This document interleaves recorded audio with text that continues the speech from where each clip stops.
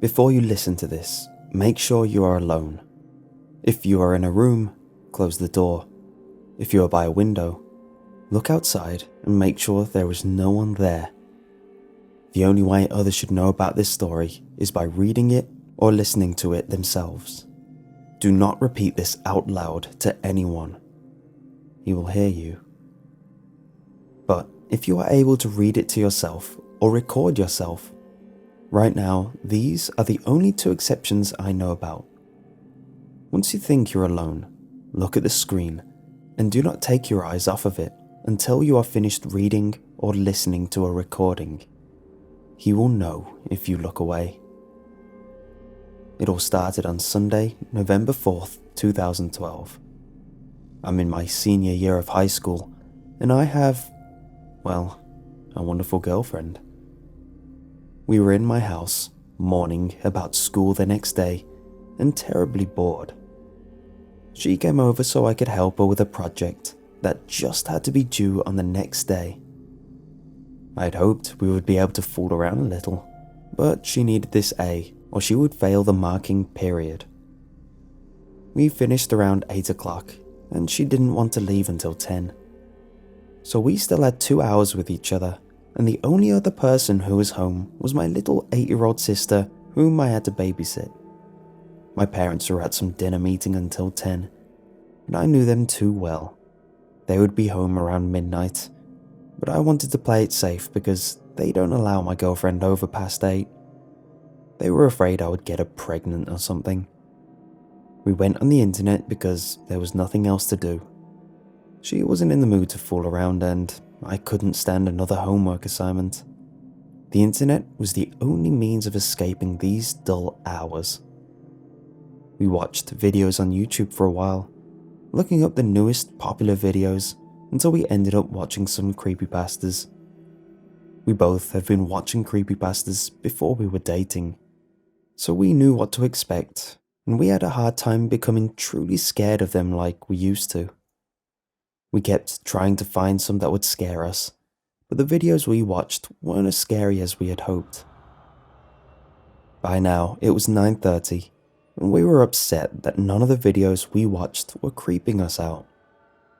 We were about to give up on searching until I saw this unusual thumbtag. All it showed was a man standing with his head looking down and hair covering his face. What was strange about the thumbtag was there was no time limit and no author, just a title that read, "The Man Who Looked Down." We both agreed that this would be the final video, and if it didn't creep us out, we would give up. I moved my mouse to click on the video link, and the moment I pressed it, the video went into full screen, and the man I saw in the thumbtag was standing there. I moved my mouse around to find the loading bar, but it wasn't there. I pressed escape on my keyboard to get out of the full screen, but the screen didn't move.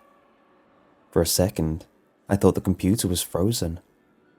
But in the video, the man was standing in what seemed to be a front lawn of a house I've never seen before, and the tree next to him was moving with the wind.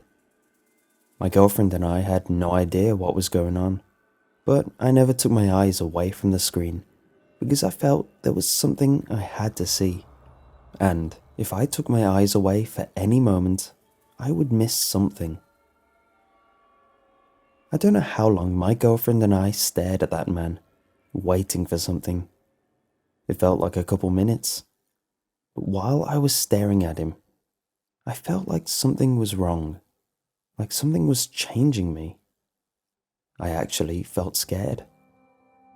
I don't know if my girlfriend felt it, but I didn't have time to think about that before I felt something grab my shoulder so tight the nails pierced my skin. I turned around to see the face of my father. He opened his mouth to say something, but was interrupted by my girlfriend's ear-shattering scream. I whirled back around to almost scream myself.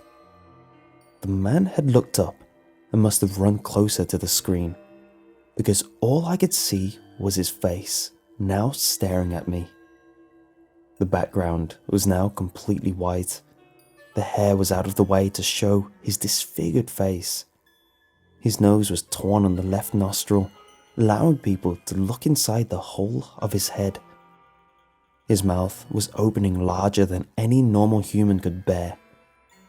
Part of his cheek was missing, with a hole about the size of a large fist.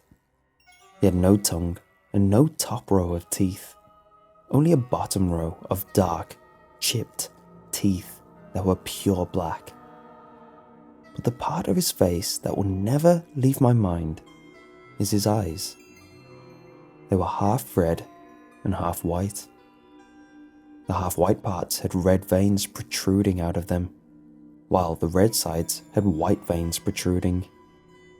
There was no sound, just him staring through the screen for a couple seconds before my computer turned itself off.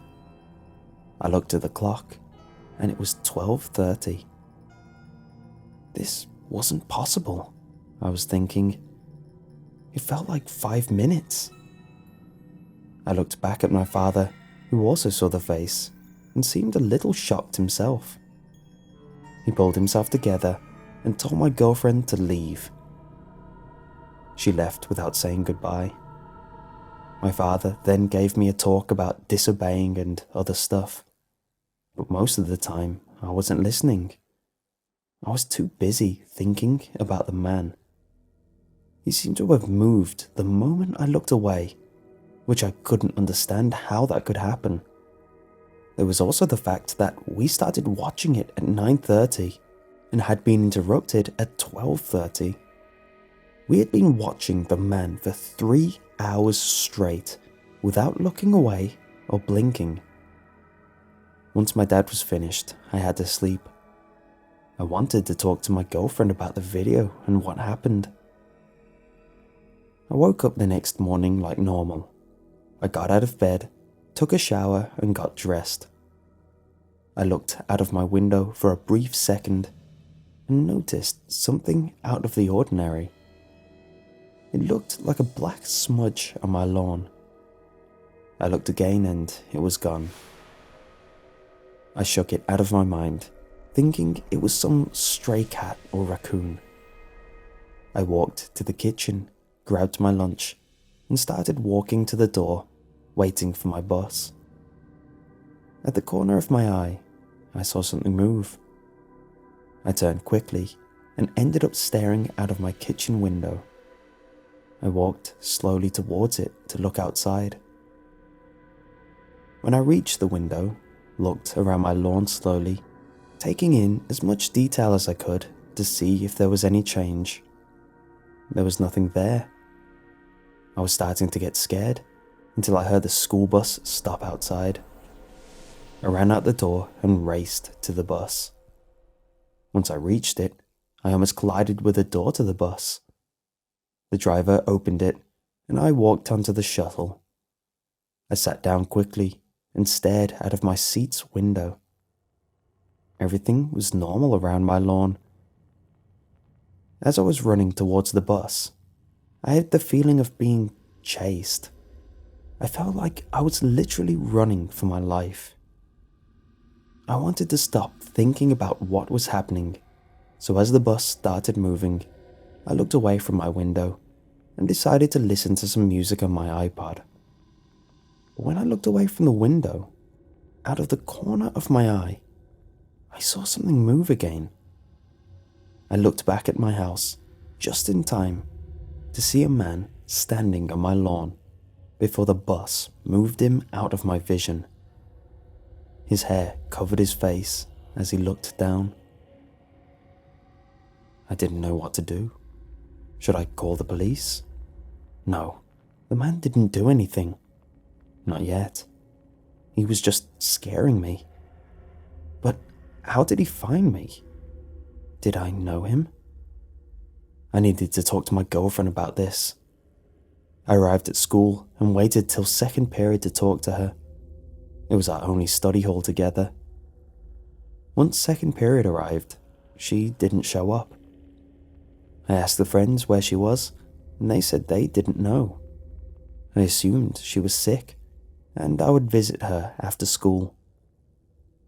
Her house wasn't a far walk from our school. This wasn't like her. Her project was due today, and if she was sick, she would have texted me or her friends. The moment the last school bell rang, I sprinted to her house. I knocked on her door and there was no response. I slammed on the door loud enough for the neighbors to hear me. Still, no response. Even if she wasn't home, my girlfriend's mom is a stay-at-home mom who is always home after school. I tried to turn the knob, and surprisingly, the door was unlocked. I opened the door slowly and yelled in to see if anyone was home. No response. I yelled that I was coming in. I didn't expect a response, and I didn't receive one. I walked into the darkness. All the lights were off. I felt the wall for the nearest light switch and turned it on. The room was illuminated for a couple seconds before the light bulbs burst. I am still not sure about what I saw in those short seconds, but I thought there was a quick glimpse of a woman in the doorway to the kitchen. I found some curtains covering a window and opened them. The room was now filled with sunlight. I looked towards the kitchen doorway, and it was empty. I didn't go to the kitchen. I didn't feel like I needed to. I went upstairs to my girlfriend's room instead. I opened the door to her room and stopped. I was hit with an unexplainable, horrible stench. My eyes burned. Once my eyes were able to dilate, I saw her and him. My girlfriend was on the floor, kneeling, looking directly at the man. Almost every inch of her body was sliced open and bloody. I just stood there, horrified at what I was witnessing. It seemed like an eternity of staring at the man and my girlfriend before my girlfriend finally spoke. All she was able to say to me was, "I'm sorry." Then she turned around to look at me, and her eyes, dear God, her eyes, they were sliced down the middle of each, making one half red and the other white. I only had time to hold out my hand to try grab her before the monster fell on her and started to rip her skin off and devour her like a wild animal. I could only stand there and watch. Her heart-wrenching scream must have filled the entire neighborhood's ears. I turned to run, but the moment I looked away, I got pounced on. The monster slammed me to the ground and started to rip my skin off. Each time, its fingers ripped off more skin and shoved it into its horrible, disfigured mouth. I just screamed. My screams were almost as loud as my girlfriend's.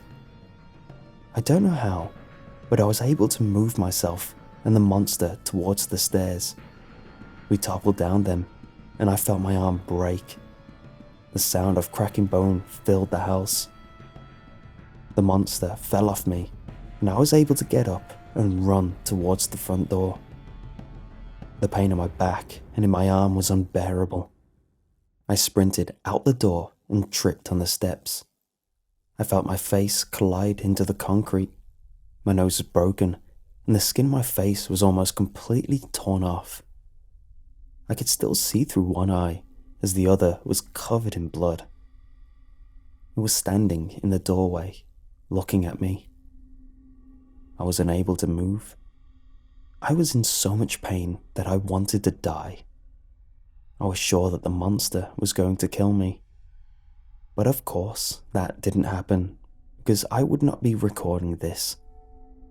He just looked at me for a couple more seconds before finally saying 3 unforgettable words. "Don't look down." And then I blacked out. I woke up in a hospital 3 days later. That's what my nurse told me. I was still in horrible pain, but the medicine helped to ease it a little. I never saw my back since then, but I'm sure the monster tore the skin off until there was only bone. The police came to ask me questions about what had happened. I tried to tell them everything, but as I continued to tell the story, it seemed more and more unbelievable. They thought I was crazy. They stopped the search for my girlfriend's killer days later because of unreliable evidence. The day they stopped the search was also the day I had gotten the news. My father had gone off-road and crashed into some forest. When the police found his car, my father was not inside of it. His body has not been found to this day. I'm sure that man had gotten him. There was no one with my father, so the man probably devoured everything. I left the hospital months later with an almost unrecognizable face, a crooked back, and a broken mind. I went home to find only my mother. She had hung herself. I didn't bother to call the police. I went straight to my computer to find that video.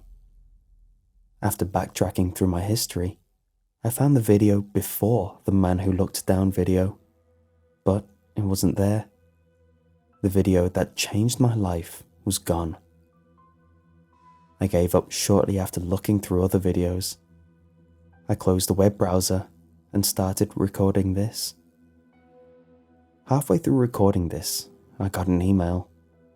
It was a video link. I knew it was the man, but I forced myself to click the link. There he was, standing in front of another house. But this house was familiar. It was familiar because it was my house. He is behind me. I can hear his soft wheezing. I can smell his horrible, death-soaked breath. I can feel his eyes staring at me. He isn't looking down. He's looking at me. He looks for his victims on the internet. I am recording this as a warning to everyone. Don't look for me, for once I get this story somewhere on the internet, I will turn around and look down. My only regret is leaving my little sister all alone. Please forgive me, Julie.